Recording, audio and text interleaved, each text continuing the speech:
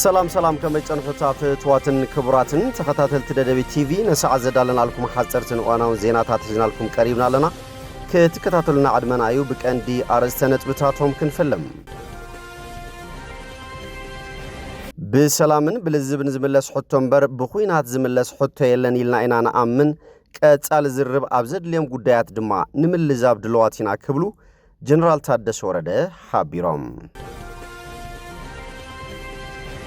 ጉባኤ ህዝባዊ ርክባት ትግራይ ብዘተ አይኽሰርን ብውግ አይኽሰብን ክብል ገሊጾም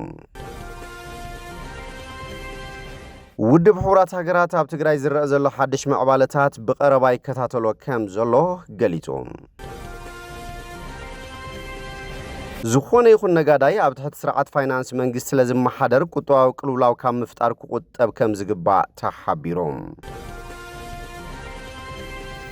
كاب حبرت سبزترخب حبريتا لألي 540 لتر زيتي بليت نخحب أن تقوى عازن كله أب كوزتر وعيلوم كدام منستر أبي أحمد دحر صباح سولس إسران شدشان تريك لتشنع 10 شومنتنا عام تمرت أب بايت وكل تزب قريبو مبرهره كم ذهب تفليتوم مستر عودت مرحت جبوتن سوماليا ناب إثيوبيا انتاي مخانو تغليصوم ناب زرزر سغيرنا لنا مسالتاو زينات بينيام حدش سناي مكتتال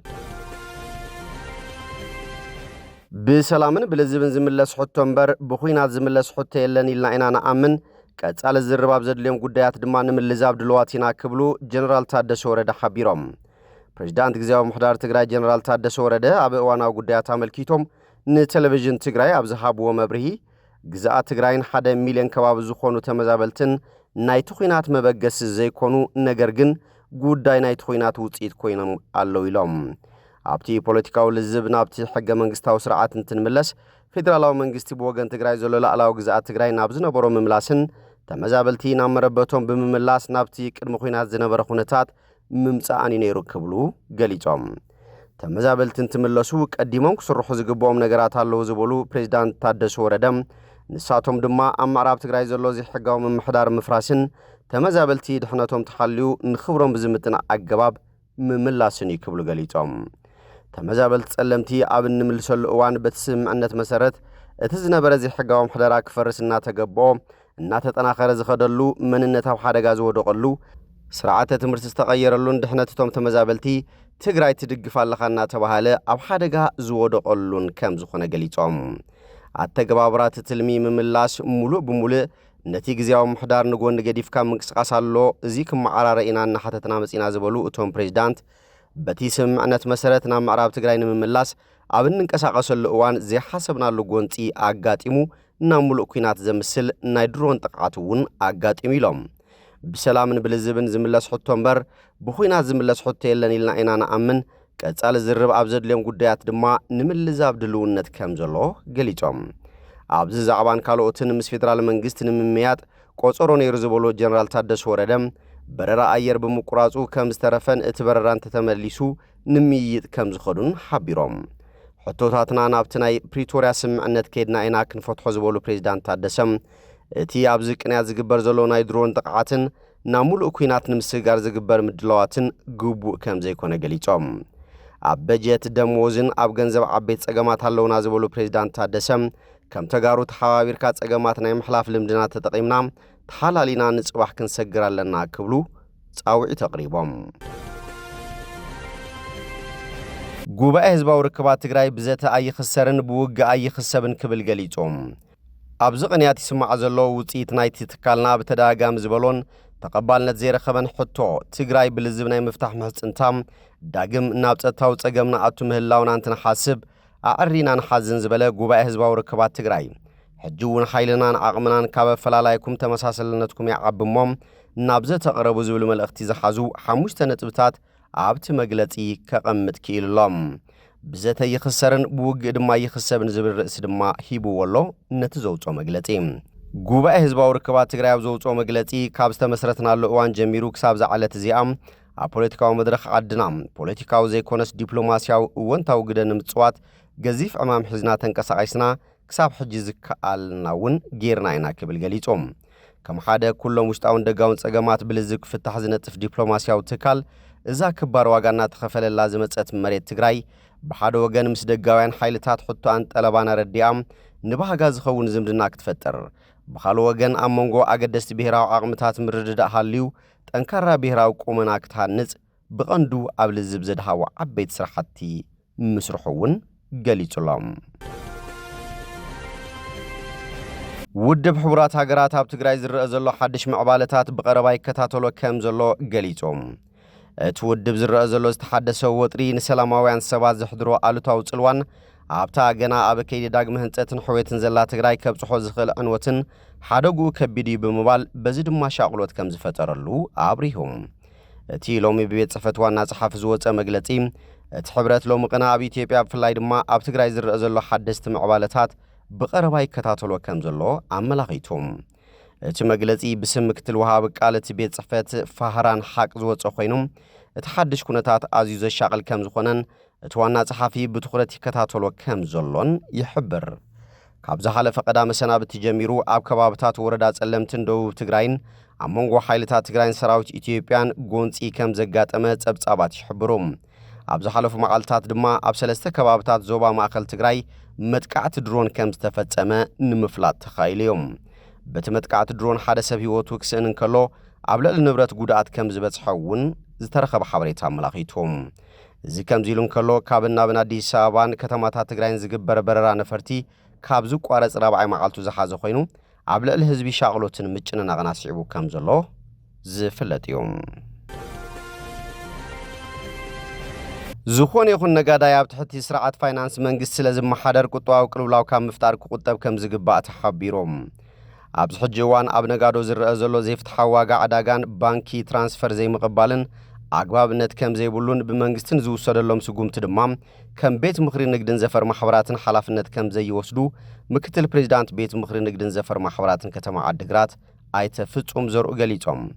ዘሎ ጸገም ጥረ ገንዘብ ክሳብ ዕላዊ ፍታሕ ዝወሃብ ብዲጂታላዊ ዝተሓገዘ ምትሕልላፍ ገንዘብ ቅቡል ክገብሩ ኣለዎም ኢሎም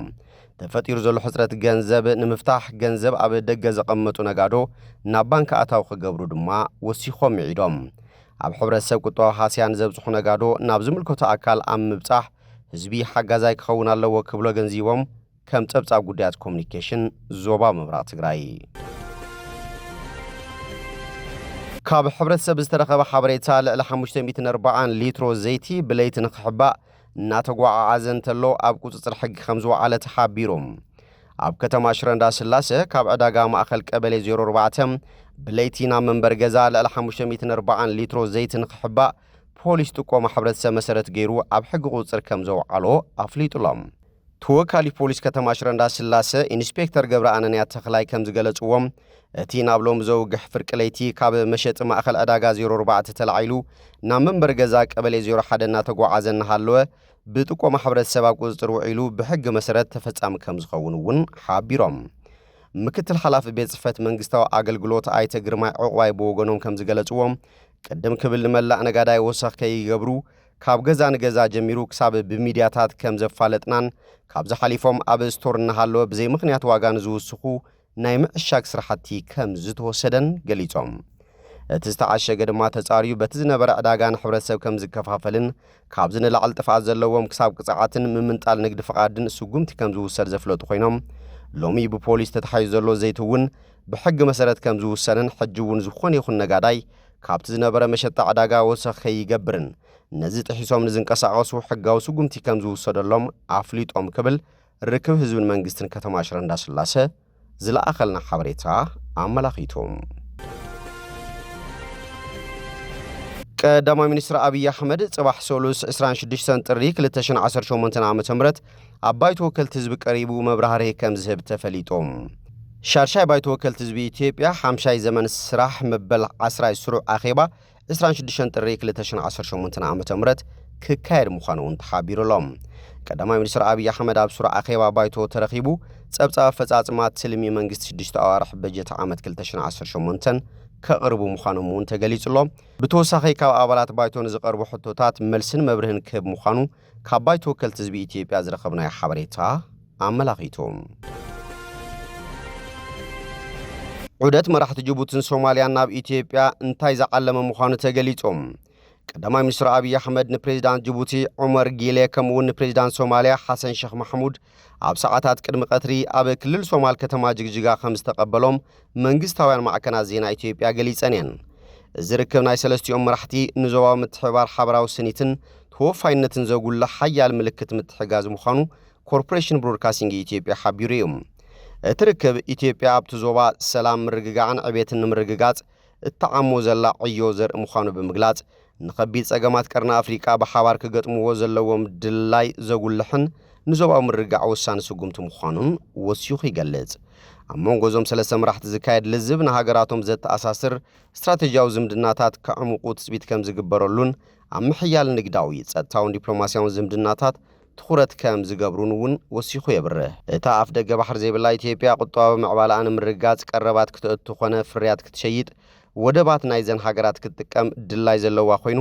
ኣብ ጥሪ 2024 ቋጽራ ፈረንጂ ምስታ ኣካል ሶማልያ ዝኾነት ርእሰ ምምሕዳር ኣቂማ ዘላ ሶማሊላንድ ኣዘራራብ ዝኾነ ውዕል ፈሪማ ነይራ። ኢትዮጵያ ምስታ ናጽነታ ባዕላ ዝኣወጀት ርእሰ ምምሕዳር ሶማሊላንድ ብዝፈረመቶ ውዕል ተጠቃምነት ኣፍ ደገ ባሕርን ገማግም ባሕርን ምስ ሶማልያ ዝምድና ሓርፊፉ ናብ ምብታኽ ገጹ ከይዱ ምንባሩ ኣይርስዓን። ድሕሪ ዝስምዕ ኣብ መንጎ ክልቲአን ሃገራት ንኹነታት ዝምድንአን ዘንጸባርቕ ምልውዋጥ ቃላት ካብ ሓሊፉ ድማ ብፍላይ ብወገን ሶማልያ ዝተፈላለየ ዲፕሎማስያዊ ምቁራጽ ተራእዩ እዮም። ሰበስልጣን ሶማልያ ንኢትዮጵያ ሉዓላውነት ሃገር ብምጥሓስ ብተደጋጋሚ ክኸሱ እውን ተሰሚዖም እዮም። ቀዳማይ ሚኒስትር አብይ አሕመድ ሕቶ ኣፍ ደገ ባሕሪ ንኢትዮጵያ ናይ ህልውና ጉዳይ ዝብል መርገጽ ሒዙ ኣትሪሩ ካብ ዝጉስጉስ ንድሓር ካብ ኤርትራ ጅቡትን ሶማልያን ተሪር ግብረ መልሲ ክስማዕ ጸኒሖም። ግብጺ ብፍላይ ንኤርትራን ሶማልያን ክተተሓባብር ዝተራእየት ኮይና ምስ ጅቡቲ ድማ ልዑል ደረጃ ዝምድና ተሰጉማላ። ግብጽን ጅቡትን ጉዳያት ምሕደራን ጸጥታን ቀይሕ ባሕርን ወሽመጥ ኤደንን ሓላፍነት ናይተን ምስቲ ባሕሪ ዝዳዋባ ሃገራት ጥራይ ምዃኑ ተሰማሚዐን ክብል ፕሬዝዳንት ግብጺ ዓብድልፈታሕ አልሲሲ ምግላጹ ዝፍለጥ እዩ። ፕሬዝዳንት ግብጺ ብ23 ሚያዝያ 2025 ቋጽራ ፈረንጂ ናብ ጅቡቲ ዑደት ብምግባር ምስ ፕሬዝዳንት እስማኤል ዑመር ጊሌ ተራኺቡ ብዛዕባ ቀይሕ ባሕርን ወሽመጥ ኤደንን ካልኦት ጎናዊ ዛዕባታትን ዘትዩ ነይሩ እዩ።